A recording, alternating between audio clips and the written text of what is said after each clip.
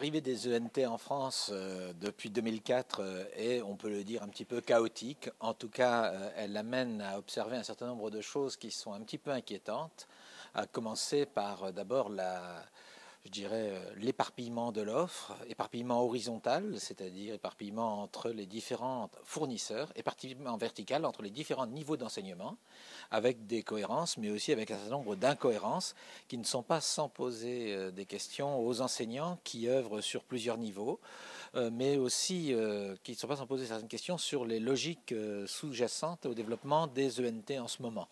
En effet, on peut se demander si l'éclatement de ces ENT ne va pas favoriser progressivement chez les élèves l'idée qu'il y a ce que l'on fait à l'école, il y a ce que l'on fait en dehors et qu'il n'y a pas de continuité entre les deux et qu'ils préféreront peut-être finalement leurs outils Facebook, Google+, ou autres outils de réseaux sociaux à ces outils qui parfois sont un petit peu lourds à utiliser.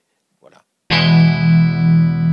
Alors, le développement des réseaux sociaux actuellement interroge évidemment les enseignants. Alors, il n'est pas complètement impertinent que des enseignants s'en emparent. La question, c'est pourquoi faire. Si les enseignants en font un usage qui est bien finalisé par les apprentissages, par les besoins pédagogiques, ce n'est pas un problème. Là où ça devient un problème, c'est lorsque les enseignants utilisent cela avec le sentiment qu'ainsi ils vont acquérir plus d'autorité, plus de légitimité vis-à-vis des élèves. En fait, un certain nombre d'élèves, eux, renvoient aux enseignants, les renvoient dans leur propre camp en leur disant « mais ça, c'est nos outils à nous ». Vous avez vos outils à vous, et parfois même, on peut produire l'effet inverse. Il n'est pas certain qu'il soit systématiquement intéressant d'utiliser cela. Maintenant, sur des projets pédagogiques très précis, avec des objets bien repérés, ça peut être intéressant. On voit, par exemple, comment des outils comme des outils de visioconférences multipoints peuvent permettre dans l'enseignement des langues de faire du travail intéressant, mais juste parce qu'à un moment donné, c'est pertinent par rapport à une situation pédagogique. En soi, non, pas les réseaux sociaux. Alors, accompagnant tout au long de l'année des établissements dans la prise en compte des prescriptions, mais aussi des réalités numériques qui environnent, on est confronté actuellement au développement du cahier de texte. Alors, le problème du cahier de texte, il faut le situer d'abord en amont, c'est-à-dire quelle est la nature du cahier de texte traditionnellement et comment il est utilisé. Il est quand même un objet symbolique dans l'établissement scolaire. Il a une très forte valeur symbolique.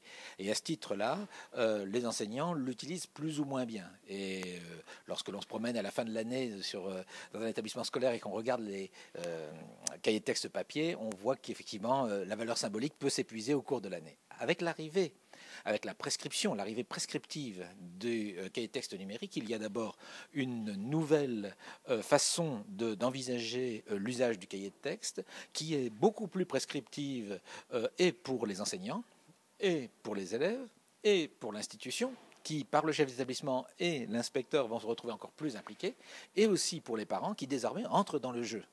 Donc inévitablement, le cahier de texte n'est pas sans poser des problèmes, mais en fait, il n'en pose pas autant qu'on le pense.